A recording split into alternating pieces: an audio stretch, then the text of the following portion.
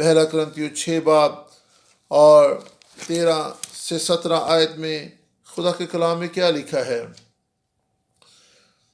کھانے پیٹ کے لیے ہر پیٹ کھانوں کے لیے، لیکن خدا اس کو ان کو نیست کرے گا، مگر بدن حرام کاری کے لیے نہیں بلکہ خداوند کے لیے ہے، اور خداوند بدن کے لیے۔ اور خدا نے خداوند کو بھی جلایا اور ہم کو بھی اپنی قدرت سے جلائے گا۔ کیا تم نہیں جانتے کہ تمہارے بدن مسیح کے اعضاء ہیں؟ کیا میں مسیح کے اعضاء لے کر کسبی کے اعضاء بناؤں؟ ہرگز نہیں۔ کیا تم نہیں جانتے کہ جو کوئی کسبی سے صحبت کرتا ہے وہ اس کے ساتھ ایک تن ہوتا ہے؟ کیونکہ وہ فرماتا ہے کہ وہ دونوں ایک تن ہوں گے، اور جو خداوند کی صحبت میں رہتا ہے وہ اس کے ساتھ ایک روح ہوتا ہے۔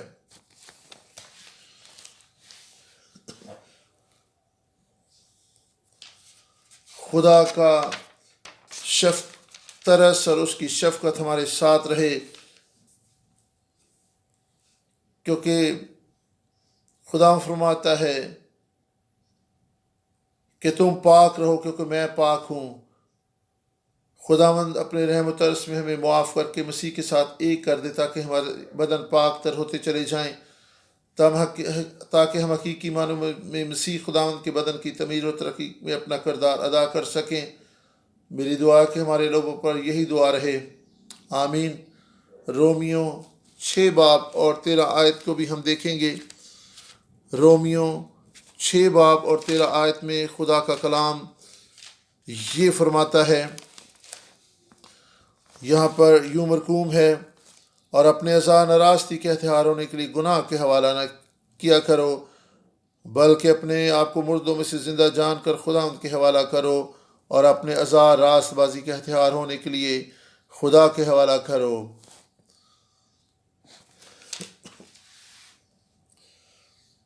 بس اپنے سارے بدن کو خدا کے جلال کے لیے استعمال کریں۔ ہماری یہ بدن، یہ آنکھیں، ناک، ہونٹ، ہمارے ہاتھ سبھی راست بازی کے ہتھیار ہونے چاہیے۔ لازم ہے کہ ہم اپنے ہونٹوں کو راست بازی کے کلام اور پرستش کے لیے استعمال کریں۔ راست بازی اپنے کسی بھائی یا بہن سے زیادتی نہیں کرتی، اس پر ظلم نہیں ڈھاتی۔ راست بازی یہی کہ مسیح یسوع کے اس خون پر بھروسہ کریں جو ہمارے گناہوں کی معافی کے لیے بہایا گیا، تاکہ ہم خدا کے حضور راست باز ٹھہریں۔ یہی راست بازی ہے۔ ہمارے ہونٹ، ہماری باتیں، ہمارے اعمال و افعال راست بازی کے ہتھیار ہوں۔ دوسرے لوگ بھی جو ایمان لائیں مسیح یسوع کے وسیلہ سے خدا کے حضور راست باز ٹھہر سکتے ہیں، آمین۔ یہ بہت عام حصہ ہے۔ ہمارا بدن غیر قانونی، غیر فانی روح کا ہتھیار ہے۔ میں اپنے بانی پاسبان ریون ابراہم پارک کے مطابق لفظ ہتھیار کی تعریف بیان کرنا چاہوں گی۔ خدا فرماتا ہے کہ تم خدا کے روح کا مقدس ہو۔ روح القدس غیر فانی ہے۔ غیر فانی کا معنی ہے کہ روح القدس کبھی نہیں مرتا، وہ غیر فانی اور لاسانی ہے۔ ہتھیار ہمارے بدن کے عضو کی جگہ پر استعمال ہوا ہے۔ کوریا میں اس کے لیے ککو آن لفظ استعمال ہوا ہے، جس کا معنی ہے مالیات، روپیہ، پیسہ۔ دراصل یہ الفاظ مختلف حصوں میں توڑ کر بیان کیے جا سکتے ہیں، جو کہ چینی زبان کے حروف تہجی میں بیان کرتے ہیں کہ ہمارے بدن خدا کی صورت اور شبیہ کو بیان کرتے ہیں۔ یہاں پر کی ہے، اس کا معنی ہے برتن، وسیلہ، اور کون کا معنی ہے قابل احترام، مقام یا رتبہ۔ یہ لفظ مجموعی طور پر یہ سچائی بیان کرتا ہے کہ ہمارے بدن خدا کی غیر فانی روح کے لیے ایک وسیلہ اور ہتھیار ہو سکتے ہیں۔ یہی وجہ کہ ہمارے بدنوں کو یہ رتبہ اور مقام دیا گیا ہے، کیونکہ خدا کا غیر فانی روح ہم میں بسا ہوا ہے۔ پہلا پطرس 1 باب 23 آیت۔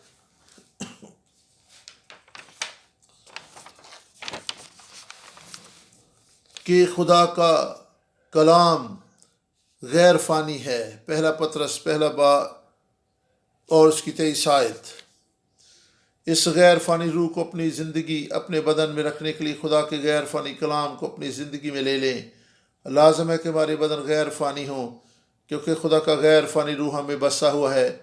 آئیں غور کریں کہ خدا نے غیر فانی روح ہمیں دیا ہے۔ ہمیں مسیح کی دلہن کے طور پر تیار کر دیا گیا ہے، تاکہ ہمارے کمزور بدن خدا کے غیر فانی کلام کے لیے ایک موزوں مناسب وسیلہ بن جائیں۔ پہلا کرنتھیوں 15 باب 53 آیت، یہاں پر صورت بدلنے کی برکات کا ذکر کیا گیا ہے۔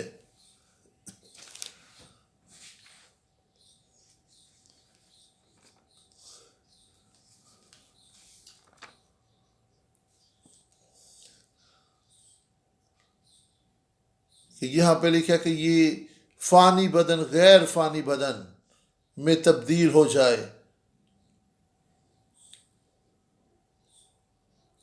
اور اس دن ہمارے بدن جو ہے وہ مخلصی پائیں گے، یعنی غیر فانی حالت سے فانی حالت سے غیر فانی حالت میں بدل جائیں گے۔ آئیں چوتھے نقطے کی طرف بڑھیں، 7ویں حکم کو توڑنے کا انجام۔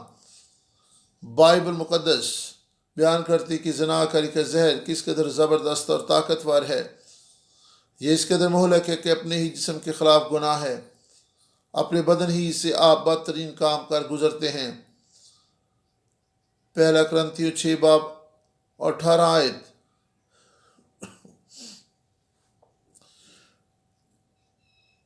جن سے گناہوں کے تعلق سے یہاں پر ہمیں پڑھنے کو ملتا ہے، یہ محض جسمانی گناہوں کی بات نہیں ہو رہی، اس قانون کا اطلاق ہمارے دلوں، خیالوں اور ہمارے احساسات پر بھی ہوتا ہے۔ پہلا کرنتھیوں 6 باب کی 18 آیت میں خدا کا کلام بیان کرتا ہے،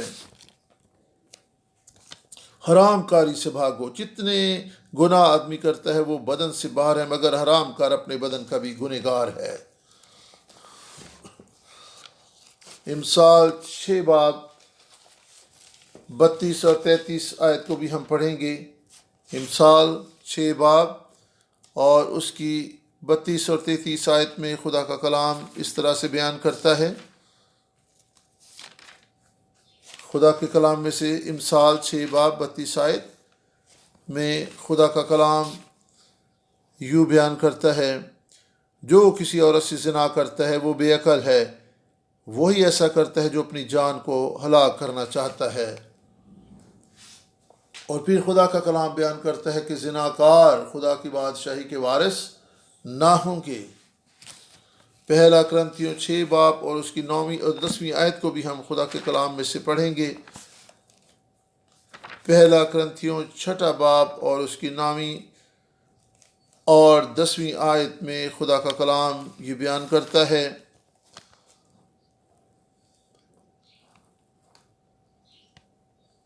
خدا کے کلام میں سے پہلا کرنتھیوں 6 باب 9ویں 10ویں آیت، کیا تم نہیں جانتے کہ بدکار خدا کی بادشاہی کے وارث نہ ہوں گے؟ فریب نہ کھاؤ، نہ حرام کار خدا کی بادشاہی کے وارث ہوں گے۔ اور یہاں پر غلطیوں 5 باب 19 سے 21 آیت تک گناہوں کی ایک فہرست دی گئی ہے کہ جو لوگ خدا کی بادشاہی کے وارث نہ ہوں گے۔ بھائیو بہنوں، ہم کبھی نہ بھولیں کہ ہم خدا کی بادشاہی کے وارث ہیں۔ اس دنیا میں زندگی بسر کرتے ہوئے خدا کی بادشاہی سے لطف اندوز ہوں۔ ہمیں یہ تعلیم دی گئی تھی کہ خدا کی بادشاہی ایسا مقام نہیں جہاں پر ہم مرنے کے بعد جائیں گے۔ خدا کی بادشاہی ایسا ہی مقام ہے جہاں پر ہم یشوع اور کالب کی طرح داخل ہوں گے۔ جس طرح وہ وعدہ کی سرزمین یعنی ملک کنعان میں داخل ہوئے، یہ ایسا مقام ہے جہاں پر ہم جائیں گے، زندہ رہیں گے، خدا کی برکات اور اس کی حضوری سے لطف اندوز ہوں گے۔ اس زمین پر ہم بھی خدا کی بادشاہی کا تجربہ کر سکتے ہیں، جہاں پر جسمانی اور روحانی آلودگی سے پاک ہو جاتے ہیں۔ میرا ایمان ہے کہ خدا ہمیں برکت دے گا تاکہ ہم واقعی خدا کی بادشاہی کو میراث میں لے سکیں، جیسا کہ از خود خدا یسوع مسیح نے نیقودیموس سے کہا تھا۔ آئیں غور کریں کہ ہم نئے یروشلم کے معمار ہیں، کیونکہ زناکار کسبی کے ساتھ ایک بدن ہوتا ہے۔ ہم روح القدس کا مسکن نہیں بن سکتے۔ خدا کرے کہ ہماری کلیسیائیں خدا کے روح کا مقدس بن جائیں، ناپاکی اور گناہ سے دور رہیں، یہاں پر موجود ایماندار خدا کے روح کا مسکن بن جائیں۔ لازم ہے کہ ہماری زندگیوں میں کسی بھی بدی اور بدکاری کا شائبہ تک موجود نہ ہو۔ ہاللویہ۔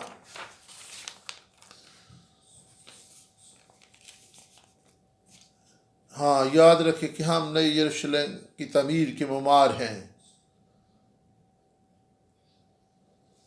ہم پورے طور پر خدا کے روح کو اپنی زندگیوں میں کام کرنے کا موقع دیں. ہم خدا کے روح کا مسکن بن جائیں، بالکل پاک زندگی بسر کریں. پہلا کرنتھیوں 3 باب 16 اور 17 آیت کو ہم پڑھیں گے. کیا تم نہیں جانتے کہ تم خدا کا مقدس اور خدا کا روح تم میں بسا ہوا ہے؟ اگر کوئی خدا کے مقدس کو برباد کرے گا تو خدا اس کو برباد کرے گا، کیونکہ خدا کا مقدس پاک ہے اور وہ تم ہو.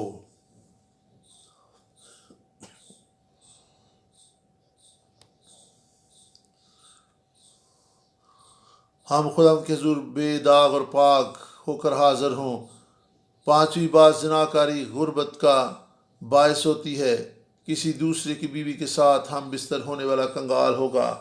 زناکاری غربت، شرمندگی اور موت کی طرف لے جاتی ہے، اور اس کے لیے امثال 6 باب اور 26 آیت کہ زناکار جو ہے وہ موت کی کوٹری میں جاتا ہے.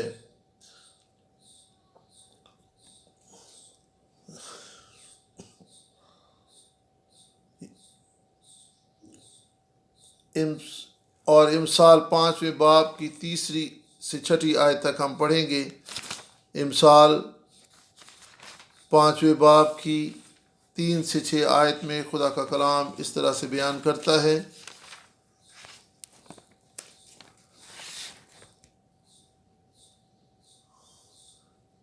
5ویں باب کی 3 سے 6 آیت میں خدا کا کلام اس طرح سے بیان کرتا ہے.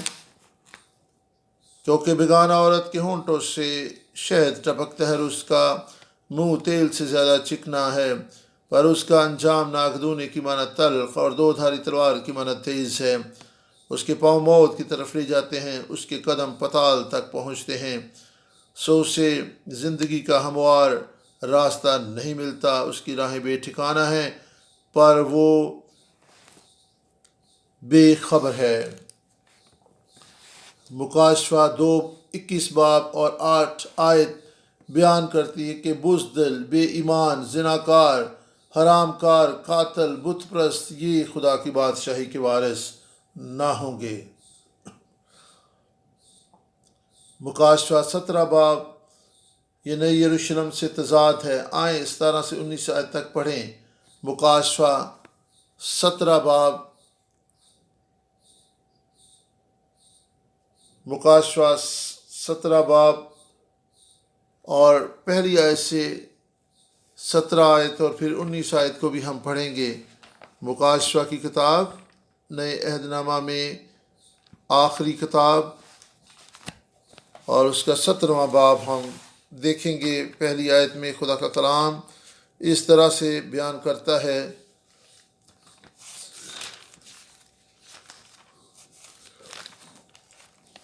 اور پہلی آیت سے ہم پڑھیں گے. اور ان 7 فرشتوں میں سے جن کے پاس 7 پیالے تھے، ایک نے آ کر مجھ سے کہا، ادھر آ، میں تجھے اس بڑی کسبی کی سزا دکھاؤں جو بہت سے پانیوں پر بیٹھی ہوئی ہے،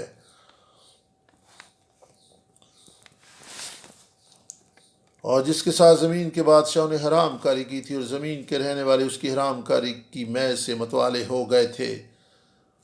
اور پھر مکاشفہ 19 باب کی 7 اور 8 آیت کو ہم پڑھیں گے. خدا کے کلام میں اس طرح سے لکھا ہے، آؤ ہم خوشی کریں اور نہایت شادمان ہو، روز کی تمجید کریں، اس لیے کہ برا کی شادی آ پہنچی اور اس کی بیوی نے اپنے آپ کو تیار کر لیا، اور اس کو چمکدار اور صاف مہین کتانی کپڑے پہننے کا اختیار دیا گیا، کیونکہ مہین کتانی کپڑے سے مقدس لوگوں کی راست بازی کام مراد ہیں. مکاشفہ 21 باب اور اس کی 2 آیت خدا کے کلام میں لکھا ہے، پھر میں نے شہر مقدس نئی یروشلم کو آسمان پر سے خدا کے پاس سے اترتے دیکھا، اور وہ اس دلہن کی مانند آراستہ تھا جس نے اپنے شوہر کے لیے سنگار کیا ہو. ہم خدا کی کلیسیاں ہیں، ہم مسیح کی دلہن ہیں، وہ ہمیں لینے کے لیے آ رہا ہے. آئیں جانفشانی سے خوبصورت مہین کتانی لباس پہن کر تیار ہو جائیں. ہم خدا کے مقدس لوگ بن جائیں، بے داغ، بے عیب، اور کسی بھی طرح کی ناپاکی ہماری زندگیوں میں موجود نہ ہو۔ جب اس کی کون سی ایسی دلہن جب اس کی شادی ہے اور وہ ہاتھ پر ہاتھ رکھ کر بیٹھی رہے، بالکل تیاری نہ کرے؟ ہرگز نہیں۔ جب دلہن کی شادی ہوتی ہے تو وہ اپنا بناؤ سگار کرتی ہے، وہ اپنے آپ کو تیار کرتی ہے تاکہ وہ دلہے کی نظر میں مقبول ٹھہرے۔ ہم بھی مسیح کی دلہن ہیں، ہمیں بھی جاں فشانی سے اپنے آپ کو تیار کرنا ہے۔ آخری اور پانچویں بات مخلصی بخش تاریخ 7ویں حکم کا طریق ساز سبق ہے۔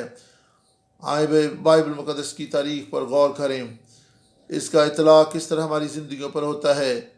7ویں حکم کی عدولی پر اس زنا کاری کا آغاز ہوا۔ آدم نے گناہ کر کے 7ویں حکم کی نافرمانی کی۔ آدم اور حوا نے نیک و بد کی پہچان کے درخت کا پھل کھا کر نافرمانی کی۔ یاد رکھیں، خدا نے انہیں پہلے ہی بتا دیا تھا کہ ہر درخت کا پھل بے روک ٹوک کھا لیں، لیکن نیک و بد کی پہچان کے درخت کا کبھی نہ کھائیں۔ پیدائش 2 باب 9 اور 16 آیت۔ یہاں پر باغ عدن میں زندگی اور حیات کے درخت اور پھر نیک و بد کی پہچان کے درختوں کا ذکر ہمیں ملتا ہے۔ پیدائش 2 باب 9 آیت 16 آیت، اور پھر پیدائش 3 باب 22 آیت، اور امثال 3 باب 18 آیت کو بھی آپ دیکھ سکتے ہیں۔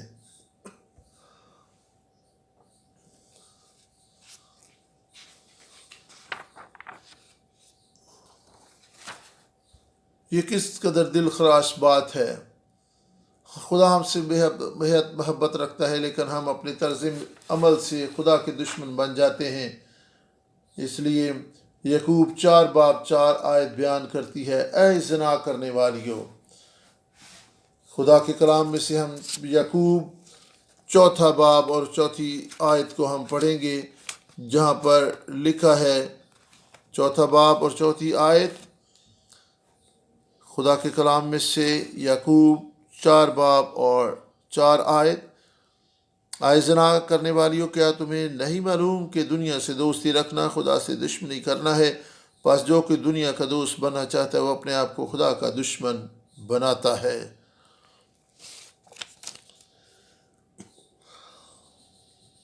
جب ہم دنیا اور اس کی چیزوں کی محبت کے اسیر ہو جاتے ہیں تو پھر ہم دنیا سے محبت رکھنے کے سبب سے خدا کے ساتھ دشمنی کر لیتے ہیں۔ خدا کی قربت سے نکل کر دنیا کے آغوش میں چلے جانا روحانی زناکاری کے زمرے میں آتا ہے۔ ہمارا دلہا مسیح یسوع منتظر ہے۔ عہد جدید یسوع کو ہمارے دلہا کے طور پر متعارف کراتا ہے۔ یسوع ہی حقیقی دلہا ہے جو میں فراہم کرتا ہے۔ یوحنا بپتسمہ دینے والا اپنے آپ کو دلہا کے دوست کے طور پر متعارف کرواتا ہے۔ دلہن کو لینے کے لیے آنے والا دلہا ہے جو کہ یسوع مسیح ہے۔ متی 25 باب 1 سے 13 آیت میں از خود یسوع نے کہا، یسوع نے اپنی آمد ثانی کو از خود 10 کنواریوں سے تشبیہ دی۔ آئیں خوشی اور جوش سے بھر جائیں کہ ہم برا کی شادی کے لیے تیاری کر رہے ہیں۔ اور پھر آخری دنوں میں برا اور 1,44,000 انہیں ایسے لوگوں کے طور پر بیان کیا ہے کہ جو عورتوں کے ساتھ آلودہ نہیں ہوئے۔ اس کا مطلب یہ ہو کہ انہوں نے اپنے آپ کو پاک رکھا۔ یہ آدمیوں میں سے خرید لیے گئے تاکہ خدا اور برے کے لیے پہلے پھل ہوں، یہ پلوٹے ہوں۔ مکاشفہ 14 باب اور 4 آیت کو ہم پڑھیں گے۔ مکاشفہ 14 باب اور اس کی 4 آیت میں خدا کے کلام میں لکھا ہے، یہ وہ ہیں جو عورتوں کے ساتھ آلودہ نہیں ہوئے بلکہ کنوارے ہیں۔ یہ وہ ہیں جو برا کے پیچھے پیچھے چلتے ہیں۔ جہاں کہیں وہ جاتا ہے یہ خدا اور برا کے لیے پہلے پھل ہونے کے واسطے آدمیوں میں سے خرید لیے گئے۔ اور پھر 12ویں آیت میں خدا کا کلام بیان کرتا ہے، مقدسوں یعنی خدا کے حکموں پر عمل کرنے والوں اور یسوع پر ایمان رکھنے والوں کے صبر کا یہی موقع ہے۔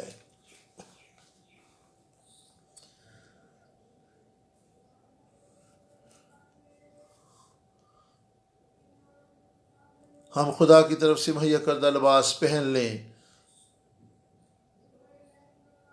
اور پھر مکاشفہ 19 باب 7 سے 8 آیت میں برہ کی شادی کا ذکر یہاں پر ہمیں ملتا ہے۔ ہم مکاشفہ 19 باب 7 اور 8 آیت کو پڑھیں گے۔ 7 اور 8 آیت بیان کرتی ہے: آؤ ہم خوشی کریں اور نہایت شادمان ہوں اور اس کی تمجید کریں، اس لیے کہ برہ کی شادی آ پہنچی اور اس کی بیوی نے اپنے آپ کو تیار کر لیا ہے۔ 8ویں آیت: اور اس کو چمکدار اور صاف مہینی کتانی کپڑا پہننے کا اختیار دیا گیا، کیونکہ مہین کتانی کپڑے سے مقدس لوگوں کی راست بازی کے کام مراد ہیں۔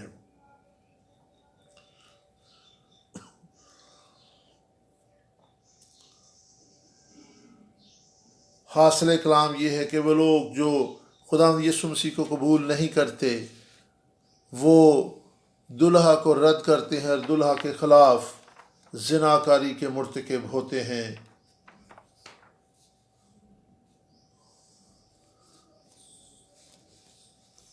ہمیں جسمانی اور روحانی زناکاری کے مرتکب ہونے سے پرہیز کرنا ہے، کیونکہ اس کے بھیانک نتائج ہیں۔ مسیح کی دلہن لوگوں کی مدد کرے تاکہ وہ توبہ کریں اور روحانی اور جسمانی زناکاری سے بچیں، تاکہ وہ پھر سے پاکیزگی کی حالت میں بحال ہو جائیں اور نیا یروشلم تعمیر ہوتا چلا جائے۔ یہی ہمارا مقصد حیات ہے۔ جو کچھ آج ہم نے سیکھا ہے اس کا خلاصہ بیان کرنا چاہوں گی، کیونکہ آج آخری دن ہے۔ دوسرے حکم کا حاصل کلام: جب ہم نے 7ویں حکم پر اسٹڈی کا آغاز کیا تھا، میں نے یہ سوال پوچھا تھا کہ وہ کون سا خدا جو شریعت دینے کے وسیلہ سے ہمیں آئین و احکام دیتا ہے؟ وہ یہ فرماتا ہے کہ میں آپ کی پوری ذمہ داری لے رہا ہوں، میں ہی آپ کو منزل مقصود پر پہنچاؤں گا۔ اس کے ساتھ وہ یہ چاہتا ہے کہ ہم جانیں کہ خدا کون ہے، نہ کہ بس یوں ہی آئے باپ کہہ کر پکارتے چلے جائیں۔ لازم ہے کہ ہم اپنے روحانی باپ کو اس طرح سے جانیں جس طرح ہم اپنے جسمانی والدین کو جانتے اور پہچانتے ہیں۔ یسایہ 54 باب 5 آیت: یہ خدا کون ہے؟ یہ ہمارا شوہر ہے، ہمارا خالق اور مالک ہے۔ بس آج ہم زناکاری کے تعلق سے ساری تفصیلات پر غور کر رہے ہیں۔ ہم روحانی زناکاری کی چھان بین بھی کر رہے ہیں کہ یہ کیا ہوتی ہے۔ ہم سمجھ سکتے ہیں کہ دوسرے لوگوں سے ہم کسی طور پہ اچھے نہیں ہیں۔ ہم کسی نہ کسی طرح سے جسمانی نہیں تو روحانی زناکاری کے شکار ضرور ہوتے ہیں۔ ہم روحانی زناکاری سے نہ صرف خود کو بلکہ مسیح کے بدن کو بھی آلودہ کرتے ہیں۔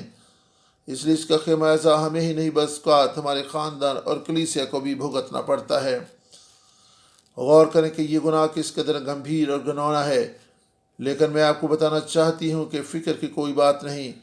یسوع مسیح نے عین فعل کے وقت پکڑی جانے والی عورت کو معاف کر دیا۔ یسوع مجھے اور آپ کو بھی معاف کر سکتا ہے، بشرطے کہ ہم تائب دلی سے معافی کے طالب ہوں اور آئندہ زناکاری جیسے گناہ کے مرتکب نہ ہوں۔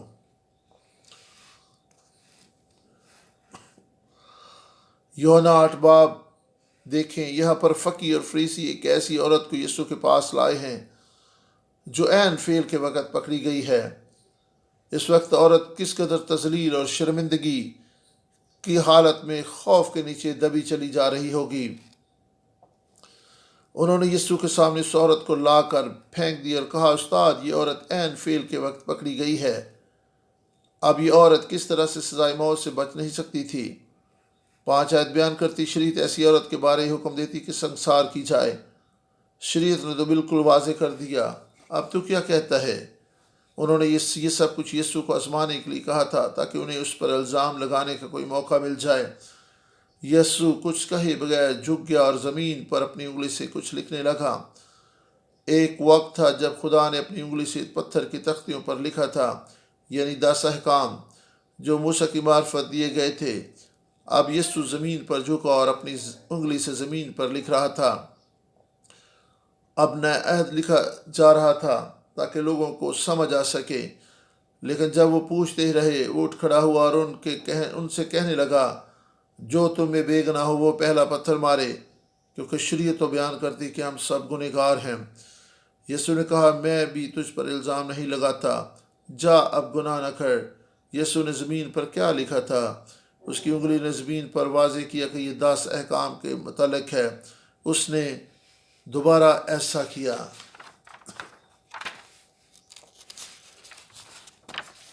عہد جدید کا نیا عہد محبت ہی کے بارے میں ہے۔ یہ معافی اور محبت کا درس دیتا ہے۔ میری دعا ہے کہ ہماری منسٹری دوسری جگہوں پر نکتہ چینی، الزام تراشی اور دوسروں کے ننگے پن کو ظاہر کرنے کے بارے میں نہ ہو، بلکہ ایک دوسرے کے گناہوں کو ڈھانپنے والے ہوں۔ آئیں میل ملاپ کی خدمت میں سرگرم ہو جائیں۔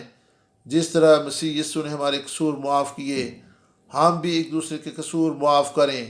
محبت ہی سے ہم مضبوط ہو کر گناہ نہیں کریں گے۔ اور خدا کے کلام میں لکھا ہے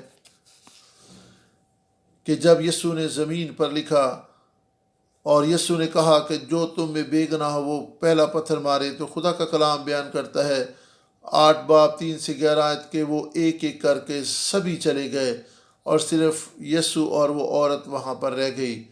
یسوع نے اس سے کہا کہ میں بھی تجھ پر الزام نہیں لگاتا۔ ہم نیا یروشلم تعمیر کرنے کے لیے تیار ہوں۔ مسیح کا بدن کلیسیا بائبل مقدس کے مطابق ایک شخص، ایک مرد اور بیوی ایک شخص ہو جاتے ہیں۔ بطور مسیح کا بدن ہم بھی پاک اور مقدس بن کر یعنی ایک شخصیت بن جاتے ہیں تاکہ خود کو پاک رکھیں اور ہمارے ازدواج میں بھی پاکیزگی برقرار رہے، تاکہ ہم ایک دوسرے پر الزام نہ لگائیں بلکہ ایک دوسرے کے ساتھ مسیح کی محبت کو بانٹیں، وہی محبت جو اس نے اس عورت کے لیے دکھائی، تاکہ ہم گناہ نہ کرنے کی تحریک ایک دوسرے سے پائیں۔ خداوند ایسا کرنے میں ہماری مدد اور رہنمائی کرے، آمین۔ آئیں بابل کی بدکاری اور زناکاری سے باہر نکلیں۔ آخر دنوں میں نیا یروشلم تعمیر ہوگا جو کہ مسیح کی دلہن ہے۔ بابل ایسا ہی ہے جو قصبیوں کی ماں ہے۔ ہم نئے یروشلم میں داخل ہوں گے، نہ کہ بابل کی بدکاری میں حصہ لیں گے۔ مکاشفہ 18 باب 4 آیت۔ بائبل اسٹڈی میں آنے کے لیے آپ کا بہت بہت شکریہ کہ آپ نے آج وقت نکالا۔ خداوند کرے کہ جو کچھ آج ہم نے سیکھا ہے وہ ہمارا طرز زندگی بن جائے، ہم مسیح کے ساتھ ایک ہو جائیں اور پاک زندگی بسر کرتے رہیں، اور دوسروں پر الزام تراشی، نکتہ چینی سے پرہیز اور گریز کریں، دوسروں کی حوصلہ افزائی کریں، دوسروں کے لیے باعث تقویت ہوں تاکہ وہ بھی گناہ کی حالت سے باہر آ سکیں۔ بہت ضروری ہے کہ ہم بابل کی بدکاری سے یعنی روحانی بدکاری سے بھی باہر آئیں۔ اپنے تصورات اور خیالات میں جو بدکاری ہم کرتے ہیں اس سے بھی ہم باہر نکلیں، ہمارے احساسات اور تصورات پاک ہو سکیں۔ مکاشفہ 18 باب اور اس کی 4 آیت کو ہم آخر میں پڑھیں گے۔ خدا کے کلام میں لکھا ہے، پھر میں نے آسمان میں سے کسی اور کو یہ کہتے سنا، اے میری امت کے لوگ اس میں سے نکل آؤ تاکہ تم اس کے گناہوں میں شریک نہ ہو اور اس کی آفتوں میں سے کوئی تم پر نہ آئے ہم اپنے آپ کو تیار کریں تاکہ ہم یسوع کی دلہن کے طور پر نئے یروشلم میں داخل ہو سکیں۔ خداوند آپ سب کو برکت دے۔ آئیں ہم دعا کریں۔ خدا تیرا شکر ہو آج کے سارے وقت کے لیے جس میں خداوند تو نے ہمیں اپنی حضوری میں فراہم کیا تاکہ ہم تیرے کلام کو سیکھ سکیں۔ یہ کلام ہمارے دلوں میں جگہ پائے، ہماری مدد کر، کیونکہ زناکاری ایسا حساس موضوع کہ اس پر بات کرنا بھی مشکل ہے، لیکن جب تیرے کلام سے سیکھا ہے تیرے پاک روح سے ہماری مدد ہو جائے، ہمارے دل اور ذہن پاک صاف ہو جائیں تاکہ ہم اپنی گندگی جو خیالات اور احساسات میں پائی جاتی ہے اس سے توبہ کریں، اس کا جائزہ اور احساس رکھتے ہوئے توبہ کریں، ایک دوسرے کی مدد کریں، کیونکہ ہمیں پاک کنواریوں کی مانند تیرے حضور کھڑے ہونا ہے۔ ہم مسیح یسوع پر ایمان کے وسیلہ سے پاک ٹھہرتے ہیں، نہ کہ اپنی کاوش اور راستہ بازی سے۔ او خدا راست بازی کے لباس کو زیب تن کرنے میں ہماری مدد کر کے ہم دوسروں کو بھی یہ لباس پہنانے میں ان کی مدد کر سکیں، ہماری تمام خامی اور کمزوریاں ڈھانپی جا سکیں، تاکہ ہم اپنے حقیقی شعور کی محبت کی ستائش اور پرستش مل کر سکیں، کیونکہ ہمارا شافی اور مالک ہے۔ ہم اس کے سارے مقبول کی منادی کریں۔ وہ گھر کا معمار ہے، یعنی نئی یروشلم کا بنانے والا وہی ہے، تاکہ ہم لوگوں کو بابل سے نکال سکیں اور نئی یروشلم میں داخل کر سکیں۔ او خدا تیرا کلام ہمارے لیے باعث تقویت ہو، تاکہ ہم مل کر خدا کی بادشاہی کو وسعت دے سکیں۔ ہم یسوع کے نام سے یہ دعا کرتے ہیں، آئیں ہم خداوند کو عزت اور جلال دیں۔ خداوند آپ کو برکت دے، آمین، ہاللویہ۔